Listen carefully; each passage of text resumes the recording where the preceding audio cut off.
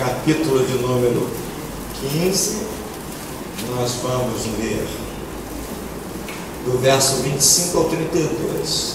Nós vamos falar de festa, e a sugestão é essa, é uma afirmação: não posso perder a festa. Vamos dizer juntos?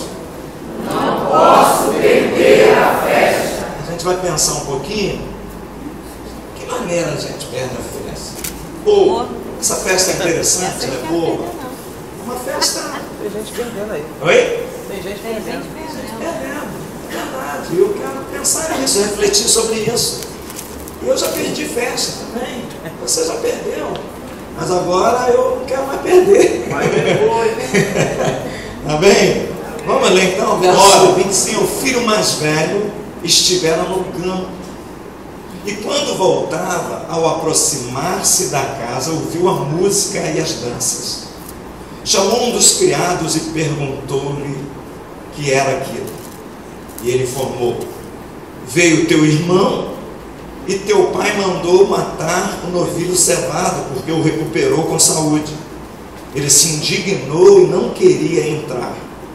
Saindo, porém, o pai procurava conciliá-lo, mas ele respondeu a seu pai: há tantos anos que te sirvo, sem jamais transgredir uma ordem tua, e nunca me deste um cabrito sequer para alegrar-me com os meus amigos. Vindo, porém, esse teu filho, que desperdiçou os teus bens com meretrizes, tu mandaste matar para ele um novilho cevado. Então lhe respondeu o pai: meu filho, tu sempre estás comigo, tudo o que é meu é teu. Entretanto, era preciso que nos regozijássemos e nos alegrássemos, porque esse teu irmão estava morto e reviveu, estava perdido e foi achado. Obrigado, Jesus, pela leitura da tua palavra. Ajuda-nos agora na meditação da tua palavra.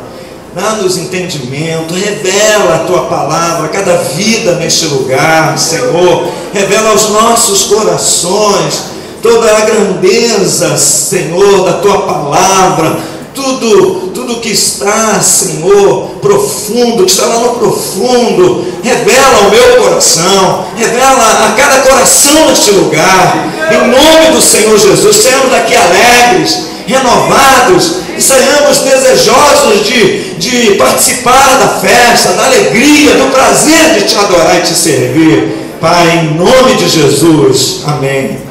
Amém. Tome seu lugar, por favor. Meus irmãos queridos, o povo de Deus é alegre, o povo de Deus é festeiro. Aliás, o nosso Deus é festeiro. Porque quando nós olhamos lá para o Antigo Testamento e a gente lê a história de Israel, dos hebreus, a gente percebe, a gente nota que há tantas festas. Festa da Páscoa, vou me lembrar uma: festa da Páscoa, festa do Tabernáculo, festa de Pentecostes, festa das cabanas, festa de Purim, e por aí vai. São tantas festas. Ora, nós não somos judeus, nós somos Israel espiritual de Deus. Esse negócio de alguns grupos evangélicos, eles estão introduzindo dentro das nossas reuniões, das reuniões dos crentes, as festas judaicas, estão totalmente errados. Nós não aceitamos, porque nós somos Israel espiritual de Paulo. Quando explica sobre isso, lá em Romanos, ele diz o seguinte: alguns ramos foram quebrados, e por esses ramos, Paulo está se referindo aos judeus, por esses ramos, por essa razão, porque esses ramos foram quebrados, nós, oliveira brava, fomos enxertados nesses ramos, mas a raiz permanece. Quem sabe fazer enxerto sabe disso. Você vai fazer enxerto, a raiz permanece, a raiz vai dar seiva. Então nós não somos, eu não sou judeu, eu não nasci, eu não sou judeu, de nacionalidade. Eu sou brasileiro, graças a Deus, com muita honra. Agora, eu sou Israel espiritual de Deus. É diferente. A nossa cidade não é Jerusalém. Eu gostaria, nunca fui, eu gostaria de ir a Jerusalém. Mas sabe, meu irmão, minha irmã, se eu não for, eu não vou ficar frustrado. Aleluia. Porque a minha Jerusalém, ela é celestial. Está registrada no Apocalipse, ela desce do alto, ela vem do céu. Ela não é terrena. Então, só é importante aí fazer essa colocação. A nossa pátria é celestial. Nós oramos por Jerusalém, orai pela paz de Jerusalém, diz lá o salmista. Mas a nossa pátria é celestial. O nosso relacionamento com Deus, ele é espiritual. Pois bem, há muitas festas e não é diferente com o povo de Deus. Por quê? Porque nós somos livres. Para a liberdade de Cristo, Paulo, o Senhor nos tirou da escravidão. Para a liberdade, o Senhor nos chamou. Então nós somos livres. E aí, esse texto, ele nos leva para um caminho interessante, que vai nos mostrar por que nós devemos estar sempre na festa.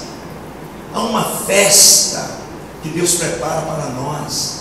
Há um momento de deleite, de prazer, de alegria. Agrada-te do Senhor e Ele satisfará os desejos do teu coração. Há uma alegria interior, há um momento de festa. Porém, o nosso inimigo, o nosso adversário, ele vai estar sempre lutando para desviar você do foco da festa espiritual, da festa de Deus, da festa saudável, da festa em que a alegria, ela vem do Espírito Santo.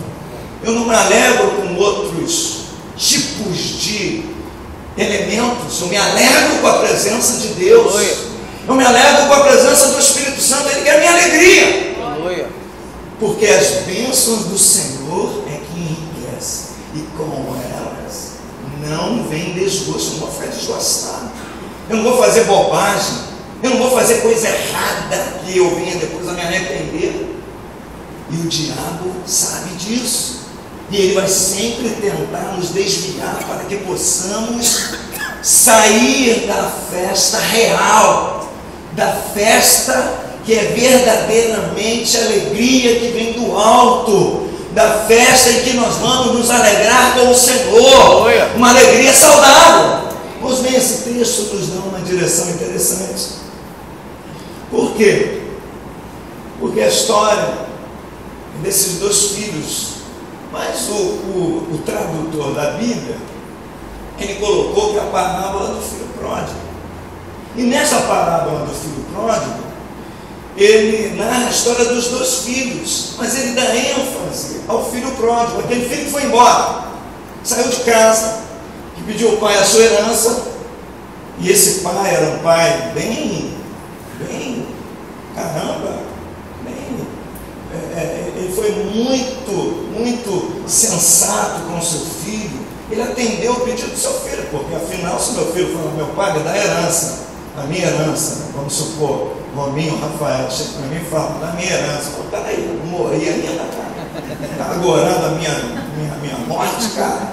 Está repreendido em nome de Jesus. Fala logo assim para ele. Não vou dar, não. Vaza, vai lá, vai trabalhar. Quando eu morrer, você vai tomar posse. Não é bem diferente do que um filho pedir uma ajuda. Saber que o pai, vamos supor, pode ter uns recursos, tem de repente um imóvel, uma propriedade que pode vender, e dessa venda ajudar o filho. Não é bem diferente, mas pedir a parte que cabe na herança. Aquele pai foi muito. Eu não faria isso, jamais. Mas ele fez. Ele fez, entregou, deu o filho foi embora. E diz o texto bíblico que ele gastou com as meretrizes. Ele gastou, uma festa, irmão. Que bênção! Oh, maravilha! aqui, dinheiro no bolso, dinheiro na mão, dentro da pausa, dizendo, avisa a pensão popular, e o camarada cheio de amigo, opa, essa rodada é minha, hein? Deixa comigo. Aquela também.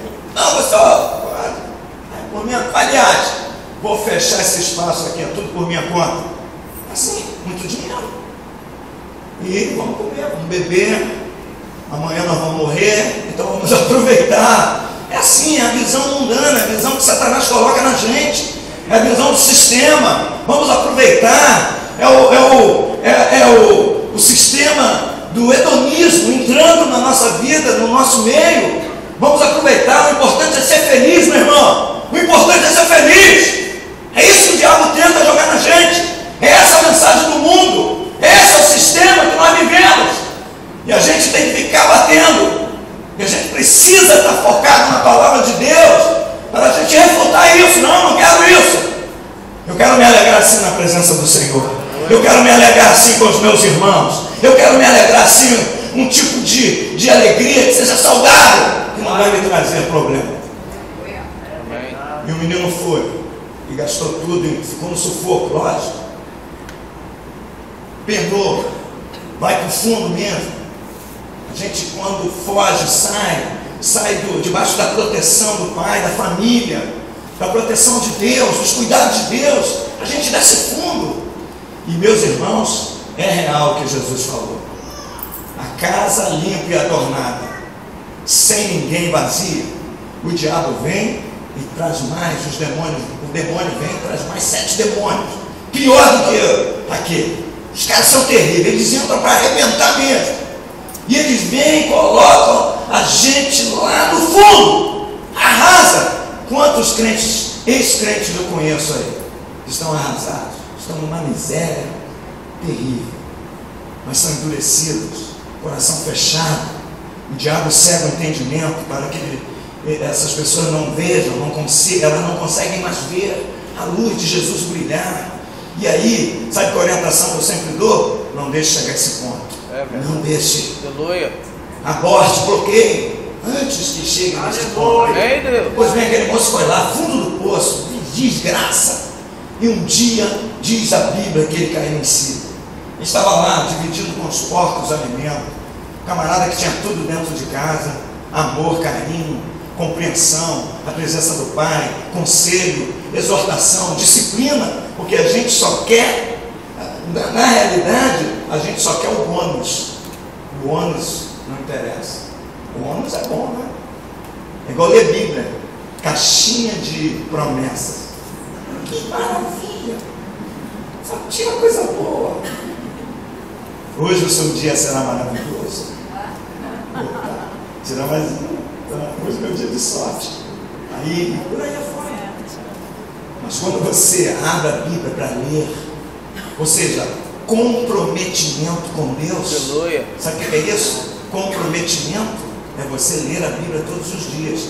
A mim, eu não estou com vontade, eu não tenho nenhum desejo, mas eu estou comprometido. Aleluia. Eu vou ler.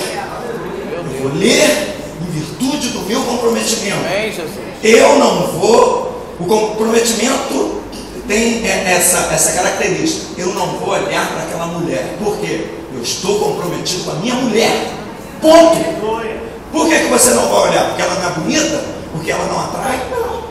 Porque eu estou comprometido com a minha mulher. Eu estou comprometido com o meu Deus. Eu estou comprometido com os meus filhos. Eu estou comprometido com a minha igreja.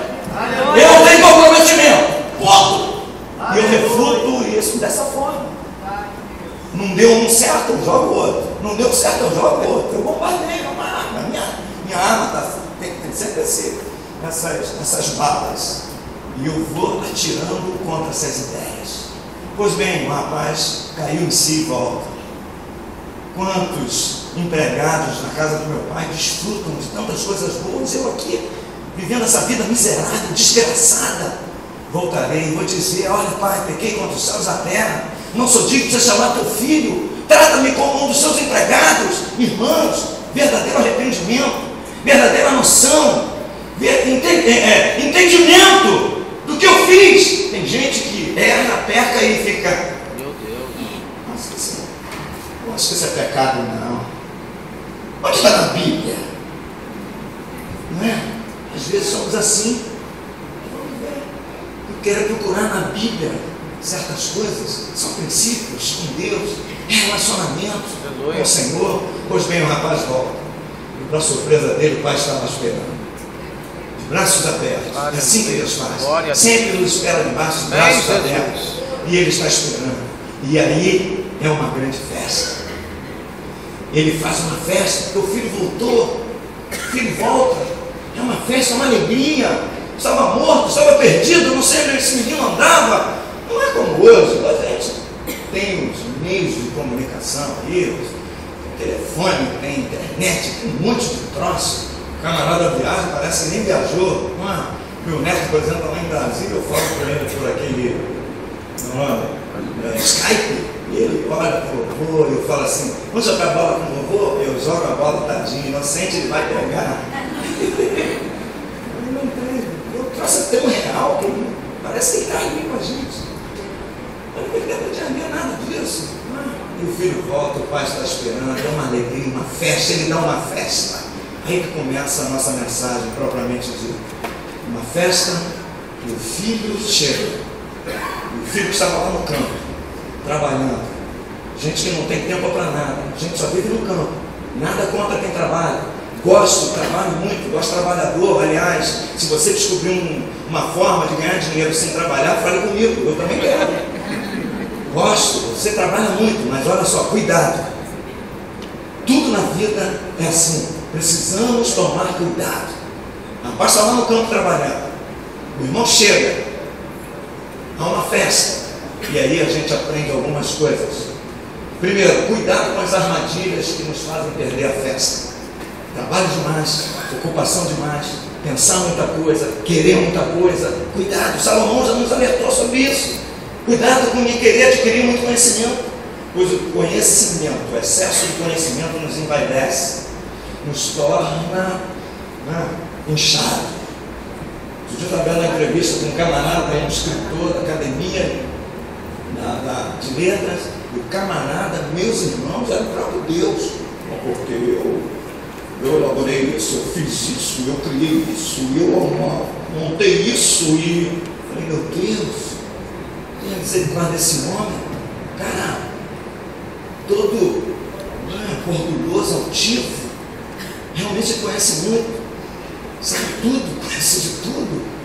Meu Deus, e cuidado, muito trabalho. Você não tem tempo para a sua família, você não tem tempo para o seu lazer, o seu próprio lazer, o seu cuidado, cuidar de si mesmo, cuidar da sua vida espiritual, tempo para Deus, tempo para oração, tempo de ficar à toa, em casa. Cuidado com essas coisas. O rapaz está lá no campo, trabalhando. Talvez ele fosse aquele filho que, para o pai, ele era muito importante, era o cara centrado, o cara que administrava o patrimônio da família, os negócios da família. E aí, quando você tem essa função, você mergulha e vai fundo, e vai embora, e quer crescer, e quer avançar, e quer fazer isso, e quer fazer aquilo. Cuidado, porque o diabo usa isso. Ele é um adversário milenar. Ele conhece coisas que a gente não conhece, porque ele atua nas duas dimensões. Ele atua no material e no espiritual. E aí? Eu e você não estamos nesse material.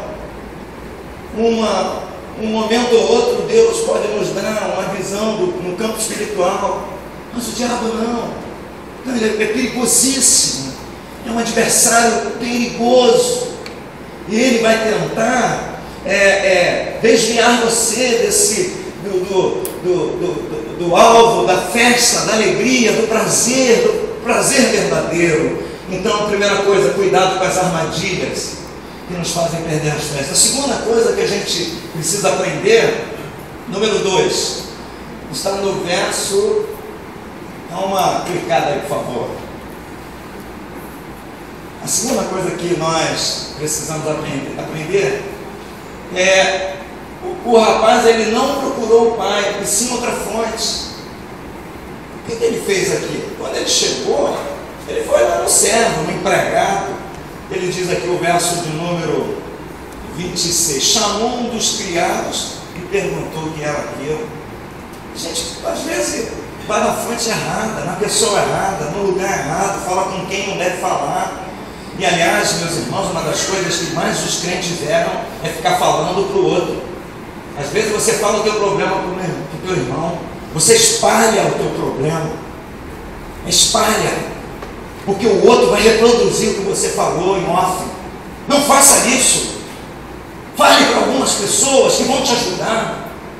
Não sai espalhando, não vai na fonte errada. Entende, queridos? É assim.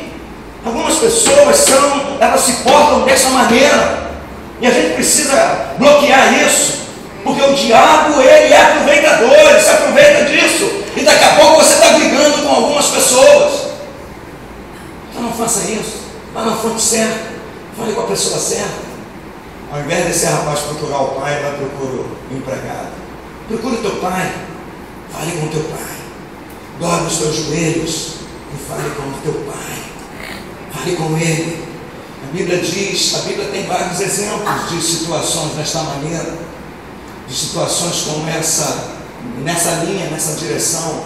Por exemplo, quando Deus revela a Maria que ela ia ser a mãe do Messias, a Bíblia diz que ela guardava no seu coração. Guarde no seu coração. Não sai espalhando. Às vezes a gente fala demais. E aí, falar demais, Tiago fala que é comprometedor. Cuidado com falar demais. Seja pronto para ouvir, tardio para falar. Cuidado. Vá na fonte certa. É na fonte certa que você vai ser alimentado, que você vai ser abençoado, que você vai receber a palavra correta, palavra para a sua vida, o que você precisa, o que você necessita. Algumas pessoas que elas ficam apostando. Olha, talvez faça isso. Olha, talvez você deva fazer isso. Olha, talvez você deva pensar assim. Elas ficam apostando. Meu querido, não faça isso. O erro desse moço foi ir à fonte errada. Ele disse: veio teu irmão e teu pai mandou matar o novinho. Ele não pôde detalhar, não pôde explicar as coisas, como nós vamos ver a seguir, como o pai explica, a atenção que o pai dá à situação. Os dois são filhos, são importantes. É o teu irmão. Eu preciso cuidar do teu irmão. Ele foi gerado no ventre da sua mãe como você. Ele foi amado como você. Ele foi criado aqui ao seu lado. Vocês cresceram juntos. É isso que o pai explica. Enquanto o outro não fala nada disso. Teu irmão veio e o teu pai resolveu matar o novilho cevado. Ou seja, talvez incitando. Tem gente que incita. Não é?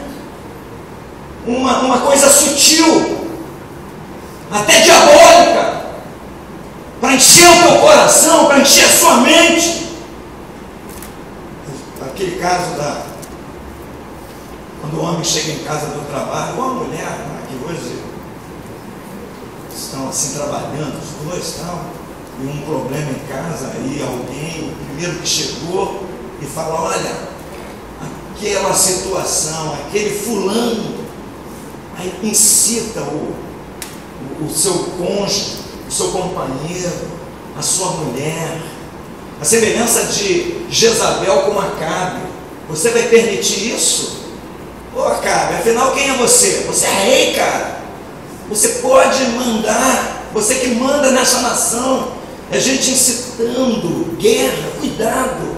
Procure a fonte certa. Fecha a tua boca, meu irmão. Cale a boca, em nome de Jesus. Não sai espalhando nada. Talvez você esteja gastando o teu tempo em falando e não fala com o Pai. Não vai buscar a fonte, não vai buscar a origem da situação. Fale com Deus, dobre os seus joelhos e fica lá com o rosto no pó, porque ainda possa ser que ainda haja esperança. Amém. Terceira coisa, não permitir que o ódio domine o seu coração. A gente percebe que esse rapaz estava com ódio, não é? E, meus irmãos, eu tenho ficado alarmado, eu como pastor, quantos crentes vivendo odiando. Talvez você, não faça isso não, tá? Que eu vou falar agora. Talvez esteja ao seu lado alguém que pensa que te odeia. Não olha não, olha. Vera, difícil. Mas a gente, o Evangelho, as mensagens que nós estamos ouvindo ultimamente, por exemplo, os irmãos vão sair daqui, ó, nosso culto termina daqui a pouquinho, 8 horas. Todos nós vamos chegar em casa, você vai ligar sua televisão. Amanhã você vai ver um outro pregador. Talvez a influência dele seja maior que a minha. Porque ele está falando lá, eu um dia estava vendo um pregador, sabe o que ele estava falando?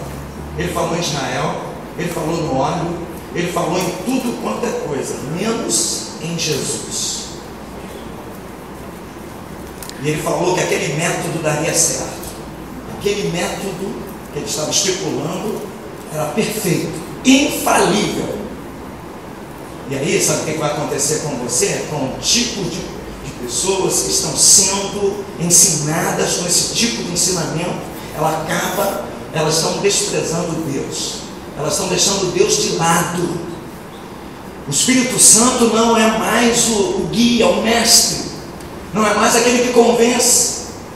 Eu posso obter resultados sem me submeter ao Espírito Santo.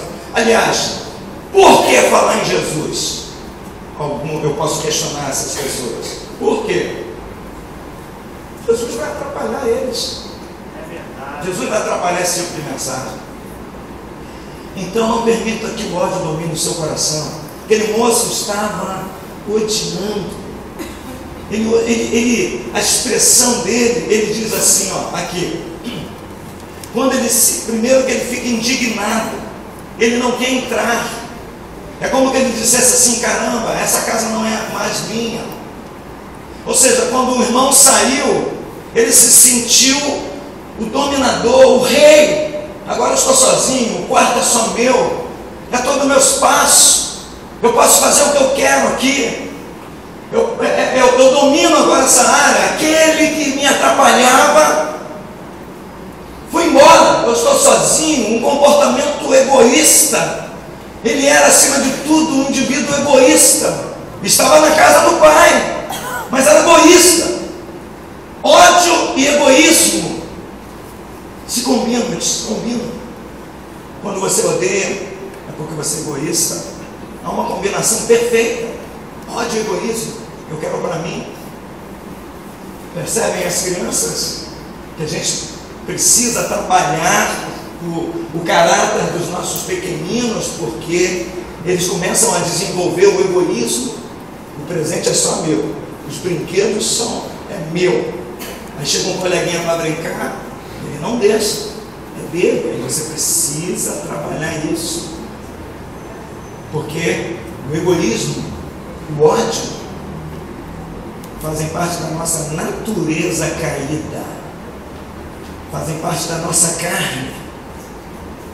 Então nós precisamos combater isso. Só é combatido com a palavra de Deus, como nós cantamos aqui: nada além do sangue, é só o sangue de Jesus que é poderoso para arrancar isso do nosso interior, do nosso coração.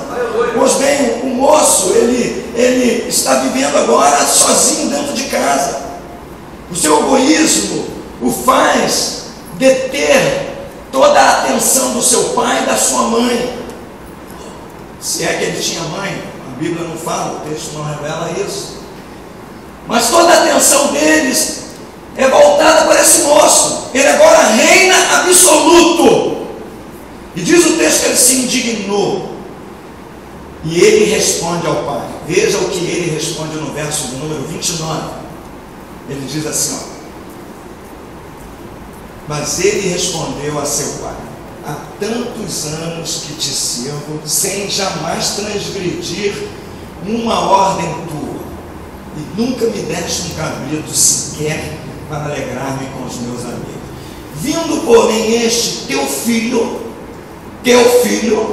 Não é este meu irmão, não é este filho querido, não, é esse teu filho.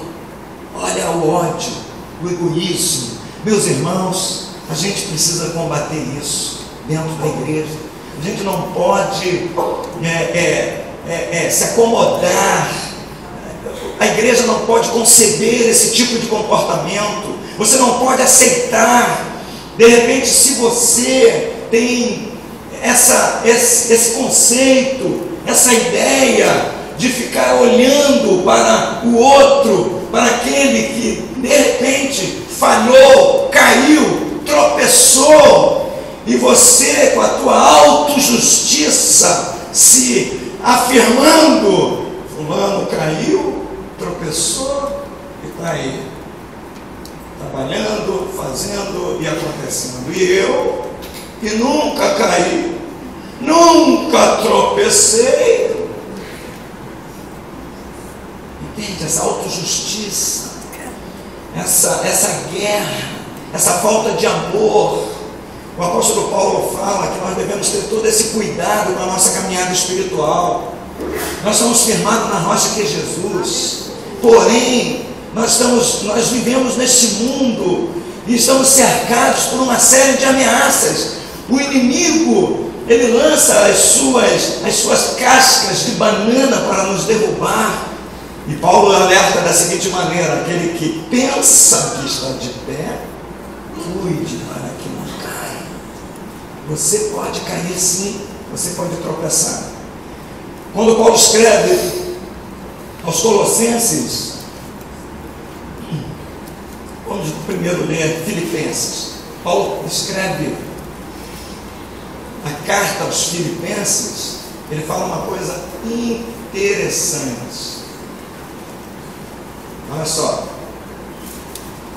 no verso, foi até citado aí pelo Jacinto, ele diz assim, capítulo 4 de Colossenses, verso 10, Filipenses 4, 10, ele diz assim: alegrei-me sobremaneira no Senhor, porque agora uma vez mais renovaste a meu favor vosso cuidado, o qual também já tinhas antes, mas vos faltava oportunidade. Então Paulo, ele afirma que os filipenses, eles já tinham uma preocupação com Paulo, mas faltava uma oportunidade. Me preocupar com o meu irmão, me preocupar com o meu próximo, se ele está crescendo espiritualmente, se ele está necessitado de alguma coisa material. E ele continua: digo isto não por causa da pobreza, porque aprendi a viver contente em toda e qualquer situação, tanto ser estar humilhado como também ser honrado. De tudo em todas as circunstâncias já tenho experiência, tanto de fartura como de fome, assim de abundância como de escassez. Tudo posso naquele que me fortalece. Todavia fizestes bem, associando-vos à minha tribulação. E sabeis também vós, ó Filipenses, que no início do Evangelho, quando parti da Macedônia, nenhuma igreja se associou comigo no tocante a dar e receber, senão unicamente vós outros. Paulo, ele destaca essa igreja pela preocupação deles. Eles estavam preocupados com a vida de Paulo, e eles não tinham recursos, eles estavam preocupados com a necessidade de Paulo. Ora, aquele irmão que vê o seu irmão vindo de longe, vindo todo necessitado, cheio de problemas, e ele não se compadece, não tem misericórdia de olhar, de socorrer, de ceder o ombro para o seu irmão. O ódio prevalece, o ódio no coração é maior do que a misericórdia, o ódio é maior do que tudo. Ele não considera algumas coisas, o fato de errar, de que todos nós somos somos passivos de erro, podemos errar, podemos cair, podemos falhar. Ele não considera isso. Não permita isso. Não deixe o ódio entrar no seu coração e dominar a sua vida. O autor de Hebreus fala isso. Não permita isso. Quarta coisa. Ótimo, já botou aí. Aprender a desfrutar das bênçãos que o Pai proporciona para os seus filhos. Tem muita gente na casa de Deus e não sabem aproveitar as bênçãos de Deus.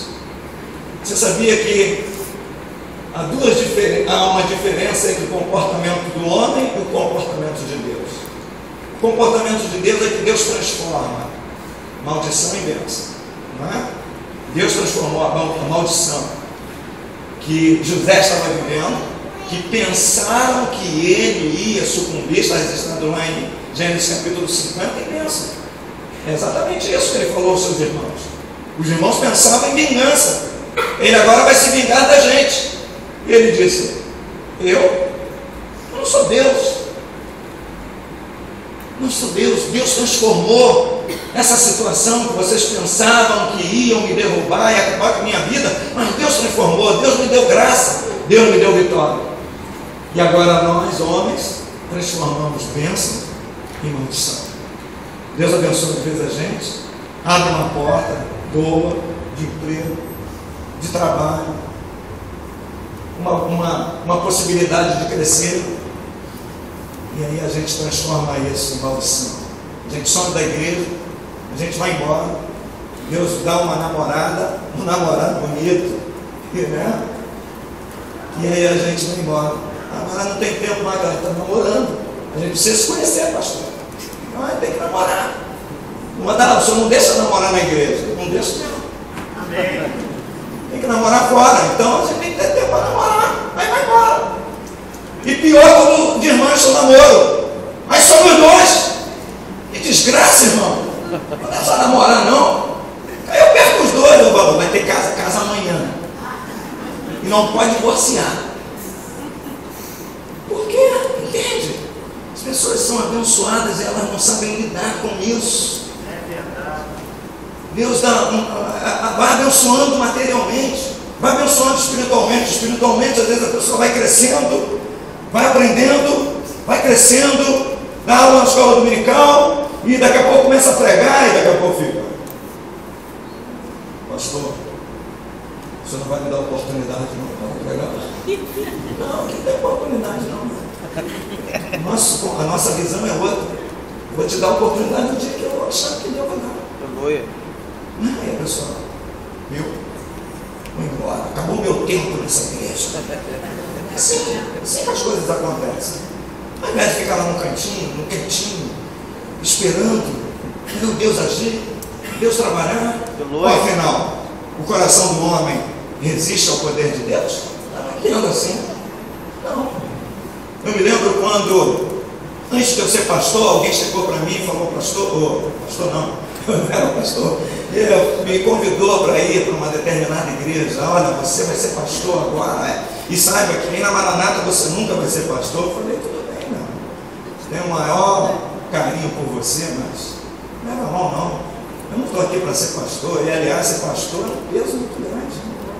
Deus vai ter que trabalhar isso na minha vida. Eu não estou aqui para ser pastor, estou aqui para trabalhar na obra de Deus. Eu vou sair se eu não for pastor aqui. Eu vou trabalhar, eu quero trabalhar.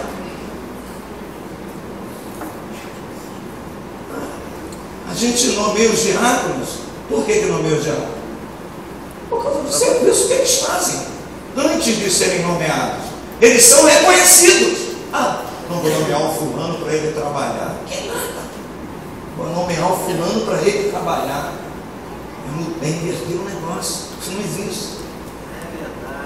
O diácono é nomeado porque ele é reconhecido, porque ele está trabalhando já, está lutando, está ralando, está se entregando, está envolvido na obra de Deus e obviamente na comunidade que ele está inserido. Aí ele é pronto, todo mundo reconhece. Quando um diácono é nomeado ou um pastor ordenado, que a igreja fica reticente, dividido, meu irmão, tem problema. Tem problema. Tem gente na casa do Pai sem desfrutar das coisas de Deus. gente sem receber as bênçãos de Deus, sem trabalhar, são os pecadores. Irmãos, desculpa eu falar isso, mas eu sou muito duro e vou bater sempre nisso, não tenho a menor dúvida. Essa dureza não é contra você, essa dureza é contra os impedimentos. Que você não pode ser espectador. Deus conta com todos. Nós somos pedras vivas. Diz o apóstolo Pedro que somos pedras vivas que construímos um edifício, fazemos parte desse edifício. E aí Deus conta com você. Desfrute das bênçãos de Deus, da alegria de estar na casa do Senhor, da alegria de se envolver com a obra de Deus. Não fique preso nos problemas que aconteceram. Quando Deus libertou o povo do Egito, eles começaram a caminhar no deserto. O que Deus fez? Deus preservou todos eles, as roupas, as sandálias, e fisicamente os pés não incharam. É assim que Deus faz. Deus preserva você. Agora você precisa ser renovado, você precisa desfrutar das coisas de Deus, você precisa se envolver na palavra de Deus, para Deus renovar a sua vida. Então você vai passar por cima desse filho pródigo, desses problemas, desse filho que vai e volta. Você vai estar sempre de braços abertos, você não vai ser aquele que fecha a porta na igreja para esse que foi e voltou, esse que está indo está voltando. A vida é assim. Paulo, no capítulo 14 de Romanos, diz que haverá sempre os débeis na fé. Aqueles que têm debilidade na fé, não tem jeito. E você, Paulo diz, nós que somos fortes, precisamos fortalecer esses que são fracos. Então, se você considera forte, meu irmão, você tem a obrigação de ajudar esses que são considerados frágeis e fracos na fé. Então desfrute das bênçãos de Deus. O pai disse para ele assim: meu filho, ele reclama com o pai, só não quer me dar um cabrito. Ora, o pai era dono de muitos tipos de animais, muitos rebanhos, e ele está querendo um cabrito. Primeiro, o que a gente aprende aqui? A gente aprende aqui algumas coisas. É um tipo que não tem ousadia, não é ousado nas coisas de Deus. Você precisa ser ousado, você precisa se lançar, você precisa fazer as coisas de Deus. Na casa do teu pai, é o teu pai? Será que você não tem intimidade para abrir a geladeira? Será que você não tem intimidade para entrar lá no quarto do seu pai e falar com ele? Que isso? Está faltando alguma coisa com você, está faltando a ousadia. E a perda da ousadia, ela está intimamente ligada ao pecado. Não tem a menor dúvida. Pecado tira a nossa ousadia. Se eu pecar, meu irmão, eu não tenho coragem de subir desse púlpito. E se eu subir aqui, eu vou estar tão debilitado que está arriscado eu ser cair daqui. Porque o pecado tira a nossa ousadia. Verdade. Segunda lição que a gente aprende desse que nunca me deste um cabrito. Tem gente querendo comer um cabrito enquanto há uma mesa farta para você. Você nunca comeu um cabrito porque você nunca senta na mesa quando o pai está presente. Cadê a mesa? É relação com Deus pontual. Eu vou hoje, não vou. É o descompromisso. Eu não tenho compromisso. Não tenho compromisso para o almoço, para a janta, para a ceia, para a refeição com os santos, com os irmãos. Prepara-me uma mesa na presença dos meus inimigos. O meu cálice transborda. É essa relação com Deus. Essa relação com o meu Pai, o meu pastor. O Senhor é o meu pastor, nada me faltará. E aí eu vou desfrutar disso tudo. Os adversários olharão para você, para nós, e eles verão que eu estou sentado à mesa do Pai. Aleluia. E tem mais. Estou ao seu lado direito. Ele me deu autoridade, me deu poder. Quem senta ao lado direito tem poder, tem autoridade. E aí eu não vou ficar reclamando por causa de um cabrito. alegrar com os meus amigos, porque eu tenho diante de uma mesa, Aleluia. uma coisa farta. Amém? Amém. E o último ponto, não ver seu irmão como irmão. Tem gente que não vê seu irmão como irmão. Esse rapaz fez isso. Esse teu filho, meu irmão, tem gente até que chama de primo. Primo. Porque irmão é uma coisa. Irmão, quando você tem um irmão, quais são os irmãos de sangue que estão aqui? Tem? Meu irmão está aqui, ó. Olha só, que leve. Você não permite que nada aconteça com seu irmão. Não é isso? É isso. Quantas famílias, por exemplo, na minha casa, na minha infância, a minha irmã mais velha, ela criava a gente, porque era uma diferença de idade. E ela era como nossa mãe. Eu era, por exemplo, comigo não, porque eu me aproximava mais da idade dela. Mas o meu irmão caçula, ele olhava para a minha irmã como mãe. Entende? Agora, ninguém ousava tocar naquele menino, porque ela virava uma leoa. Ela parecia a mãe dele. É assim, porque é meu irmão. Então eu olho como meu irmão. Eu protejo ele, eu cuido dele, eu guardo esse menino. Eu quero o melhor para ele, é meu irmão, é minha irmã. Ele está debaixo dos meus cuidados. Eu quero o melhor. Eu não quero destruir. E esse moço, ele faz diferente. Ele olha como se não fosse irmão dele. E aí, fazendo analogia com a vida espiritual, a gente tem muitas pessoas se comportando assim. Olha para o irmão como se não fosse irmão. Não se preocupe, veja a cabeça do Pai. Nós estamos aqui, Jesus falou em Filipenses capítulo 2, que nós devemos ter os mesmos sentimentos que houve em Cristo Jesus. Ou seja, quais são os sentimentos de Cristo Jesus? Deixou a sua glória e veio nos salvar. Eu preciso ter os mesmos sentimentos. Eu preciso ter a visão que esse Pai estava tendo. Olha só o que ele diz aqui. Diz o verso de número 30, quando o moço não trata o seu irmão como irmão: vindo, porém, este teu filho, que desperdiçou os teus bens com meretriz, e tu mandaste matar para ele novilho cevado. E o pai responde, olha a cabeça do pai, olha a visão que temos que ter. Meu filho, tu sempre estás comigo, tudo que é meu é teu.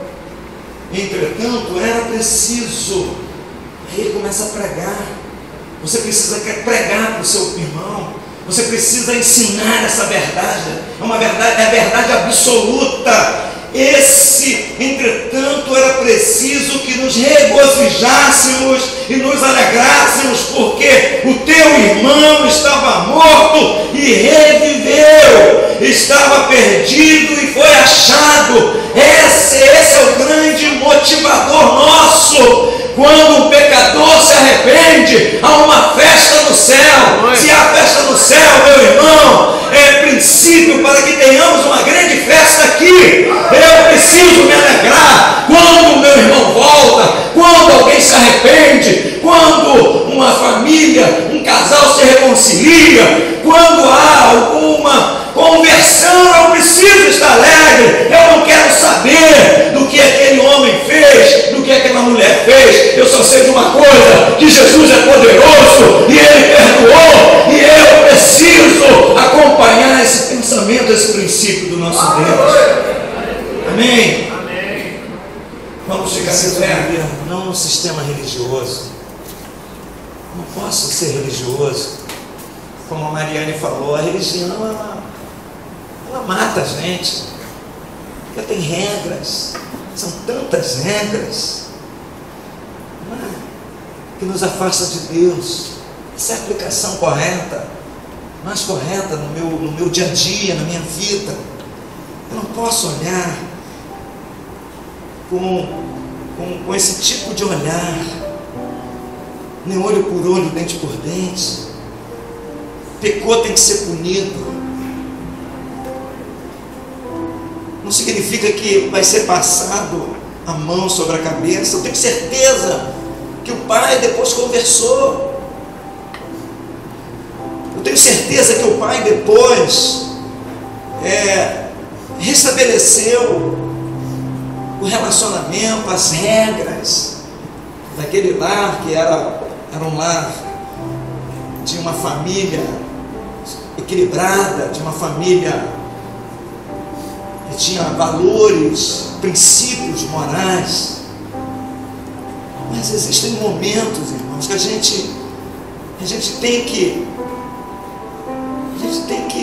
se alegrar, a gente tem que abrir o coração, a gente tem que lidar com a alma. Essa é a aplicação. Talvez você esteja precisando disso, de lidar com a sua alma, de agir com o teu coração, com o seu interior, não com a razão, não na lei. Quem sabe você que está aqui hoje esteja vivendo uma situação em que um dos caminhos passou por essa mensagem, passa por essa mensagem. Eu queria orar com você. Quero convidar você bem rápido. Se você tem alguma questão, tem alguma situação parecida, ou enfim, que se assemelha, sai do teu lugar, vem aqui bem rápido para a gente terminar. Sai do teu lugar. Quem sabe você precisa de ter compaixão. E aí é duro, eu sei que é duro. Às vezes você deixar de lado algumas coisas que você sofreu, algumas pancadas que você levou. Eu não sei, são essas coisas. Mas estou falando do sobrenatural. Estou falando daquilo que vai além da nossa capacidade humana, além da natureza humana, que entra em outra dimensão. Sai do teu lugar, vem aqui, bem rápido, que você tenha que intervir. Quem sabe você tenha que falar, ou quem sabe você é a vítima, quem sabe você é o filho pródigo, ou você é esse outro filho, eu não sei. Saia do teu lugar, não tenha medo, não tenha vergonha. Esse é o lugar. A igreja, os irmãos estão de olhos fechados, todos de olhos fechados, no mais novo ou mais velho, os senhores, as senhoras, os jovens, os adolescentes, todos de olhos fechados, porque é uma batalha, uma guerra que está sendo travada agora. Sai do teu lugar, vem aqui bem rápido, não tenha vergonha. Nossa vergonha deve ser continuar na mesma posição, no mesmo caminho, na mesma rota, com as mesmas ações. Senhor, em nome de Jesus, toma em tuas mãos, toma esta questão em tuas mãos. E a tua palavra diz que quando nos humilhamos, o Senhor nos exalta. Certamente o Senhor a exaltará em algum momento da sua caminhada, porque ela está aqui humilhada diante de ti, no teu altar, na tua presença, Pai. Trata, Jesus, trata o seu coração, trata, Jesus, o seu comportamento, os seus hábitos, trata o seu coração, retira tudo que não te agrada. Retira, Jesus, a tristeza, retira a angústia, o ódio, o egoísmo, arranca, lava com teu sangue. Pai, a nossa alegria é saber que o teu sangue é poderoso, que o teu sangue é eficaz, tem uma eficácia enorme, Jesus, para limpar qualquer tipo de drama, de pecado, de sujeira. O teu sangue é poderoso, nada além do sangue, meu Deus. Portanto, limpa esses corações, limpa nesta hora, purifica, traga alegria, dissipa a tristeza, o egoísmo, em nome do Senhor Jesus. E vai saindo agora, meu Deus, de cada coração, Senhor, de cada cada vida, Jesus, nesta hora. Vamos orar, irmãos. Ora, igreja. Ora, queridos. Não sejam assistentes. Nós somos igreja de Jesus. Preciso da oração dos irmãos, da igreja. Aleluia. Vai intercedendo em nome de Jesus. Oh, meu Deus, em nome de Jesus, nós recebemos, Senhor, de Ti todas as orientações. É o Senhor que é o nosso guia, o nosso mestre. Portanto, nós abençoamos essas vidas que estão aqui. A Tua igreja abençoa, o Teu povo abençoa. Nós não somos egoístas, nós não somos odiosos, porque nós temos o amor de Cristo. O amor de Cristo nos constrange. O amor de Cristo é derramado em nossos corações. Portanto, Senhor, qualquer pensamento contrário seja dissipado agora. Que não haja espaço, que não seja enraizado, que não seja reproduzido nenhum tipo de mensagem negativa, nenhum tipo de carnalidade. Nós repreendemos em nome de Jesus. Aleluia. É o amor de Deus que prevalece em nossas vidas. É o amor de Deus que prevalece no nosso meio. Aleluia. Louvado seja o Teu nome, Jesus.